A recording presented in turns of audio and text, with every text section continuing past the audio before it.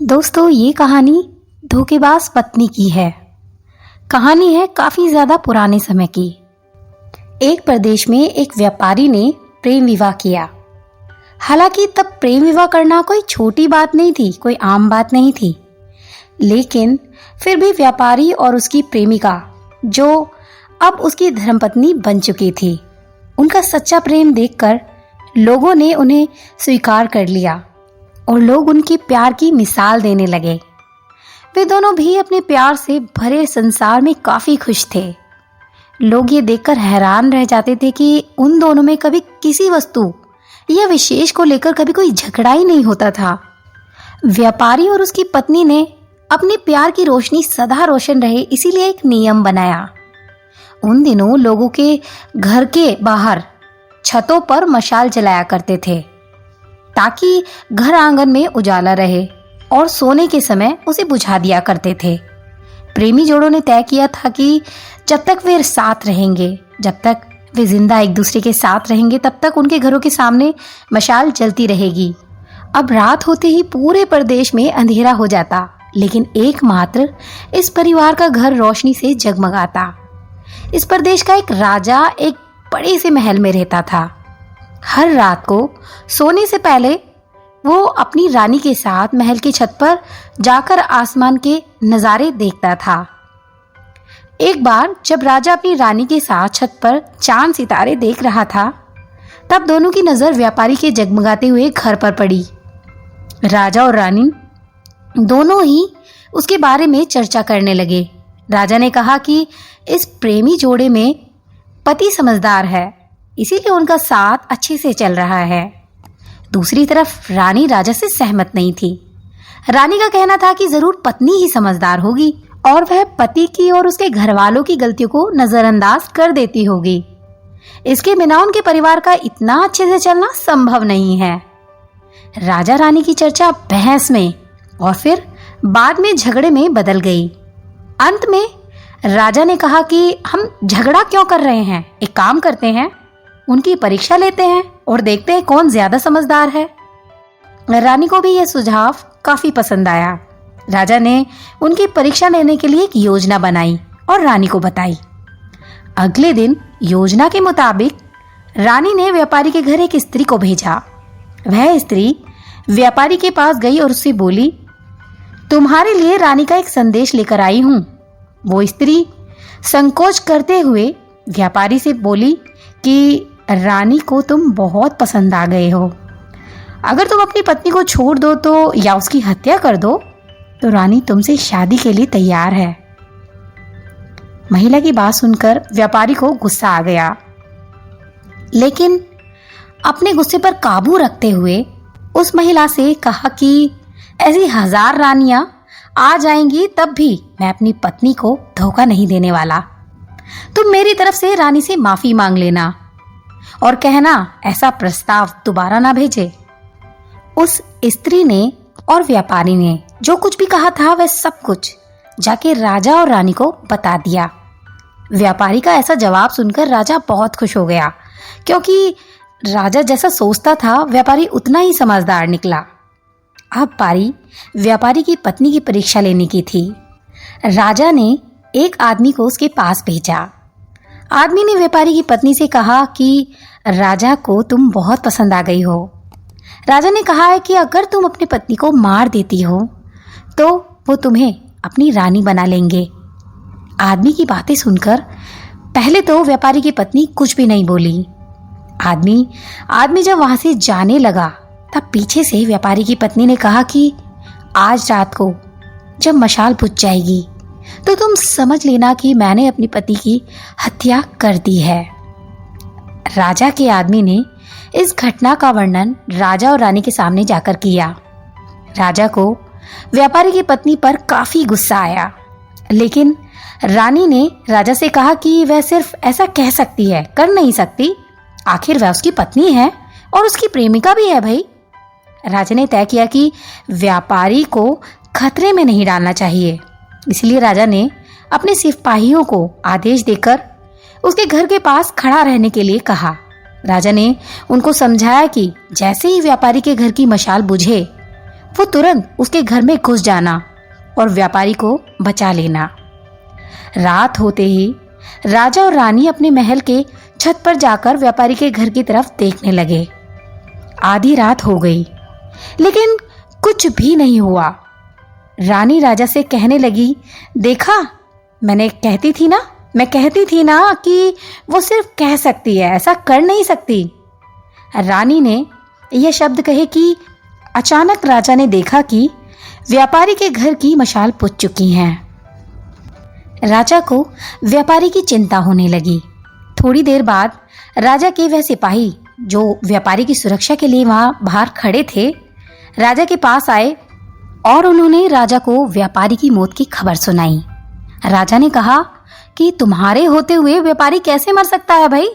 सिपाही ने कहा कि उनकी पत्नी ने दिन में ही उन्हें जहर दे दिया था और रात को पति के मरने के बाद अपने घर की सारी मशालें बुझा दी, इसलिए हम कुछ नहीं कर पाए।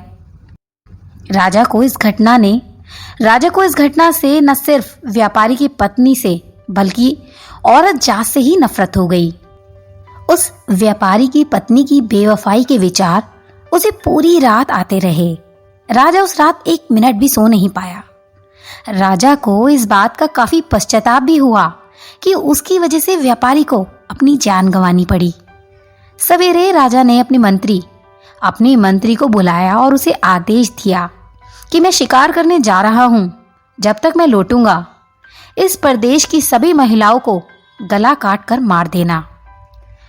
राजा का ऐसा आदेश सुनकर मंत्री ने राजा को काफी समझाने की कोशिश की, लेकिन राजा उसकी एक भी बात सुनने के लिए तैयार ही नहीं था। उल्टा राजा ने उसे धमकी दी कि अगर तुमने ये काम पूरा नहीं किया ना, तो सबसे पहले मैं तुम्हें ही मौत की सजा दे दूंगा। राजा के शिकार पर जाने के बाद मंत्री काफी चिंता में डूब गया। जब मंत्री को कुछ भी समझ नहीं आ रहा था तो वो सीधा मंत्री अपने पिता के घर गया, जो पहले राजा के पिता के यहाँ मंत्री रह चुका था और काफी समझदार भी था। मंत्री ने अपने पति को सारी बात बताई। बेटे की बात सुनने के बाद उसके पिता ने उसे कहा कि सबसे पहले तो तुम कहीं जाकर छुप जाओ, क्योंकि राजा जब लौटेगा और देखेगा कि तुमने उसका हुक्म नहीं माना है, वह तुम्हें सजा देगा। और मैं देखता हूं कि किसी तरह से राजा को समझाता हूं। रात को जब राजा लौटा और उसने देखा कि उसके प्रदेश में सभी महिलाएं पहले की तरह ही अपने घर का सभी काम कर रही हैं, घूम रही हैं, तो उसे मंत्री पर बहुत गुस्सा आया। हर जगह तलाश करने के बाद जब मंत्री नहीं मिला तो राजा सीधा मंत्री के पिता के यहाँ घर पर पहुंचा। राजा ने मंत्री के पिता से मंत्री के बारे में पूछा। मंत्री के पिता ने राजा को शांत करने के लिए पानी दिया, बैठने के लिए कहा और बाद में राजा से पूछा कि आप क्यों सभी महिलाओं को मारना चाहते हैं। राजा ने व्यापारी वाली पूरी कहानी मंत्री के पिता को बताई। मंत्री के पिता ने राजा से कहा कि आपने जो फैसला किया है, मैं उसे गलत या सही नहीं बता रहा हूं, लेकिन मैं जो एक छोटी सी कहानी जो मैं जब मंत्री था ना तब मेरे साथ घटित हुई थी, मैं आपको सुनाता हूं। उसे सुनने के बाद आप जो फैसला करेंगे ना वह हम सब मान लेंगे। मंत्री के पिता ने कहा कि एक दिन मैं जंगल से गुजर रहा था। अचानक एक नकाबपोश घोड़े पर सवार होकर आया और मुझे बंदी बनाकर घसीटते हुए कब्रिस्तान लेकर गया। वह मुझे एक कब्र के पास लेकर आया। वहां पर पहले से एक कब्र खुदी हुई थी और एक सर कटा आदमी उस कब्र में था।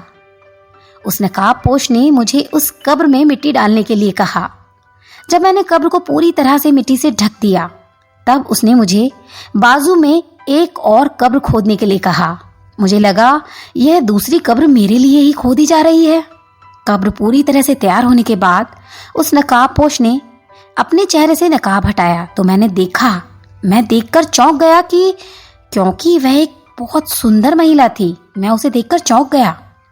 उसने मुझे कहा कि तुम डरो मत, यह कब्र तुम्हारे लिए नहीं है, बल्कि यह कब्र मेरे लिए, मेरे खुद के लिए है। अभी अभी जो तुमने इस सर कटे आदमी को दफन किया है, वह एक राजकुमार था। जिसने मुझे पाने के लिए मेरे पति की हत्या कर दी और मैंने बदला लेने के लिए उसे मार दिया।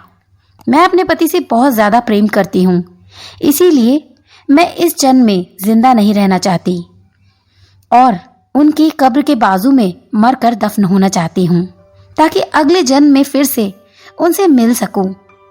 इतना कहकर उस महिला ने अपनी गर्दन पर चाकू रखकर गर्दन काट ली और उस कब्र में गिर पड़ी।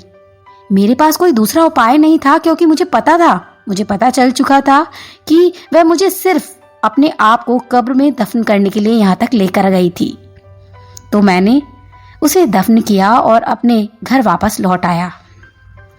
महाराज, आपने जिस घटना को देखा उसमें एक महिला ने धोखेबाजी की है, लेकिन मैंने जो कहानी सुनाई है, मैंने जिस घटना का अनुभव किया है, उसमें एक महिला ने अपने पति के प्यार में अपनी जान दे दी।